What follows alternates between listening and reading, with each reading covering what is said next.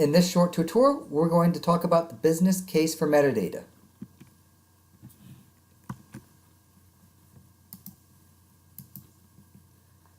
When we talk about GIS metadata, most data have some type of spatial component. Typically, this spatial component or developing these data is the most expensive component of any type of GIS enterprise.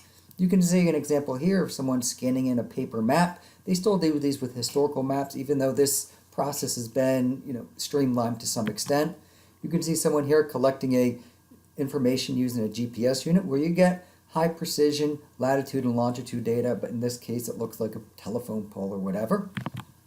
We can collect data from analog format or paper format. These are survey documents that are typed in or scanned in and then converted to some type of digital format and then converted to GIS using some type of technique. And these days we typically download GIS data from the internet. And you can see here North Carolina 1 map, the GeoSpatial Portal, where we're downloading GIS data. We've got information that we can download the actual data and view the metadata. Most people ask what is metadata and why is it so important? When I look at GIS data here, especially up here in the upper left, I just see a bunch of dots. So we can tell which of the feature classes represent the real world because there's no real way to identify those. So it gives meaningful information to decide whether our data sets can be suitable for our purposes here. Here I see a number of lines right here. I don't know if these are highways, streets, some type of electrical network or whatever. So metadata gives us a means so that we can determine if a particular GIS data layer is going to be useful for our analysis. There's lots of applications of metadata outside of GIS.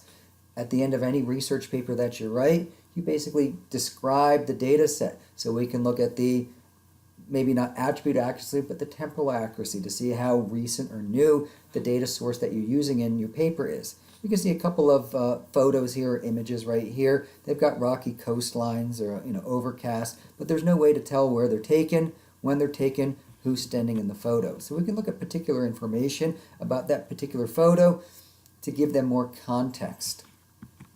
When we look at GIS metadata, here's a GIS data layer that just is called DUI in Winston-Salem. We have a lot of information or a lot of questions about these particular data. Who created these? From what time period are these? What do these data represent? Are these DI arrests, DUI pullovers, anything that turned into an arrest or anything? There's really little context in this. How did you create these data? When were these data published? What software did you use to create these data? Who created this information about the data set? Are there any use or distribution constraints on this particular data set? Who's in charge of distributing the data if you want to contact that person? Are updates required on the data? Is this for a particular year or is this going to be an accumulating data set that's going to be kept running and updated throughout antiquity? And if so, how often are these data updated? How can I get in touch with the person who manages these data? So there's a lot of information about this, and this is what metadata represents. There are about 409, more than 400 individual elements that you answer about metadata. We're lucky these days that software is able to auto-populate some of this information, especially about the projection information, so that all these points line up with other geo-referenced GIS data out there. Because metadata represents the content, quality, condition, other characteristics of the data. Typically, I like to describe it as it transcends the structural, administrative, and descriptive information about spatial data. So how and when they were created, the accuracy of the data. One of the focuses of my research is on accuracy. So we have positional accuracy. We both have horizontal and vertical. Attribute accuracy. Do the attributes in there, are they actually correct? Attribute completeness. Other forms of accuracy are also, we talked about temporal accuracy, logical consistency, to determine if all of the data within that layer or that feature class were created from the same place, or semantic accuracy. We might have one GIS data layer for one county called roads. It might have paved roads and unpaved roads. Another one might only have paved roads. So we need to make sure this is consistent across all of our data and that the GIS data layers for each of these feature classes maintain or represent what we think they maintain. Like I mentioned before about the projection and the scale, and then just reliability with regard to any particular standard. We'll talk about some of those standards. Metadata consists of properties and documentations.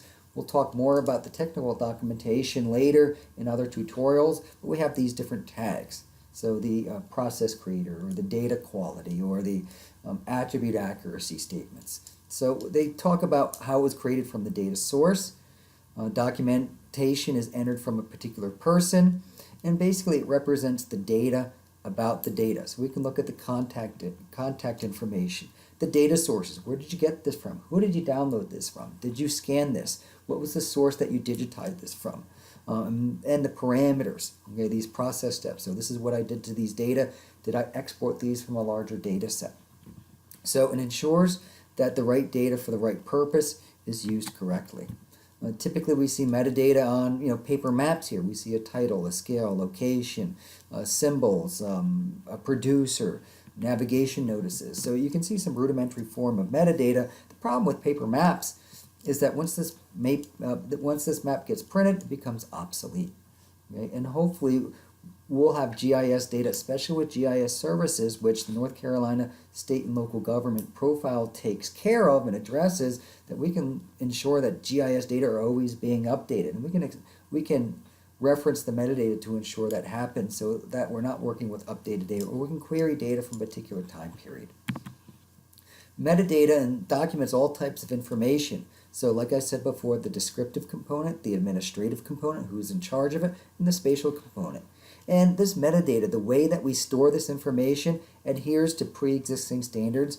We'll talk about one called ISO, NSDI, National Spatial Database Infrastructure, FGDC, and the CSDGM are just the spatial data wings of that and the data standard. And then we have profiles and extensions that accommodate certain technology. We might have ESRI, or the North American Profile, and the focus of these talks is going to be on the North Carolina State and Local Government Profile.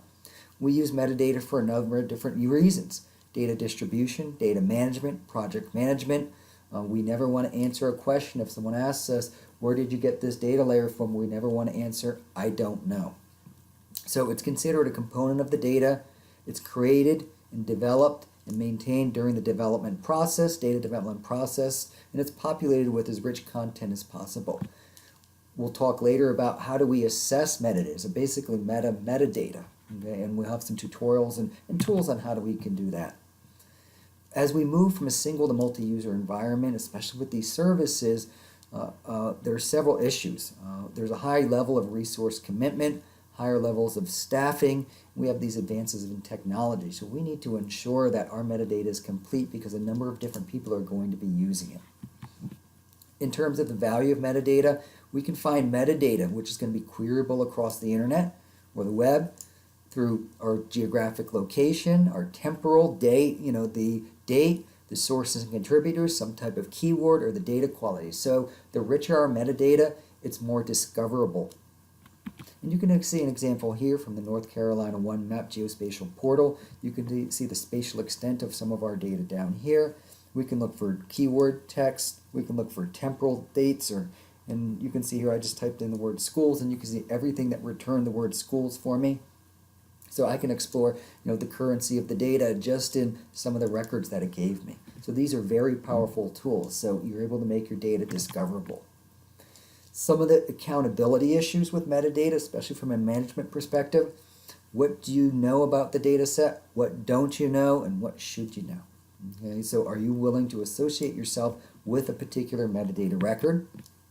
And like I said before, metadata just talks about the purpose. What's the data layer used for? Are there any use constraints? Okay, typically if we have roads, we use those for navigation, but we're not going to use particular features for particular reasons. How complete is it? And then any type of distribution liability, and we typically put those in our layer also, and we see those on our maps a lot. In terms of project monitoring, we can do some type of QA/QC assessment, so we can pull quantitative information from our metadata, some of these tags such as dates or attribute accuracy or horizontal accuracy, so we can look at particular milestones. I must admit that most of the GIS metadata entries out there are typically quantitative in data or typically qualitative in data, so we can't assess those, but we can run other types of information. We can view these, we can run statistics on these, typically summary statistics on these. In terms of project coordination, we use descriptions and parameters. We use particular keywords, ontologies, thesauri, which we'll talk about with the, in particular, North Carolina state and local government profile. And then we can look at improved accuracy for our source data, our methods, and our new information to make sure efforts aren't being duplicated in case some other organization is doing this. Some of the challenges of metadata is that there's an increasing schism between the rate at which data are created and the data are cataloged. So in one of our later tutorials, we'll talk about ways that we can auto-populate metadata, because like I said before, we might have templates, we might have ways, there's about 409 individual metadata elements, so it's difficult to populate all of those, and especially if we're exporting data or extracting data from existing data sets, it becomes problematic keeping up with the data cataloging. A lot of people consider it a tedious process, so it's one of the least appreciated aspects of geospatial enterprise, and typically when it is populated, the minimum requirements are only the ones populated. So the FGDC has 7 required and 15 or so suggested elements. Typically your organization should have a lot more than that. So a lot of times people don't treat metadata as a continuous process, so there's a lack of clear understanding of what metadata elements represent and possible values that it can have. So when we talk about the state and local standards, North Carolina state and local government standard, we'll talk about all the possible values that a particular value or a particular entry can and should have, so we have maintained consistency across the entire state. These are just some complaints. People don't have the time. The public doesn't need to know about my metadata. Metadata is confusing, and you'll be very surprised about where your data ends up. So the last couple of things we'll talk about is it's very difficult to assess metadata. How do we assess attribute accuracy? How do we assess logical consistency? And we'll talk about ways that we can actually pull information from metadata instead of toggling through into each individual layer. And I've developed some Python scripts that allow us to do that and put those elements into a CSV or Excel spreadsheet. And we have the CSDGM, the content standard for digital geospatial metadata. We have new data development technologies like GPS scanned maps. We'll talk about services. So there's particular entries just dedicated to services through the state and local government profile. So we'll talk about that information and how metadata is trying to keep up, and especially the state and local government is trying to keep up with these technologies for the easy sharing and dissemination and rendering of this particular data.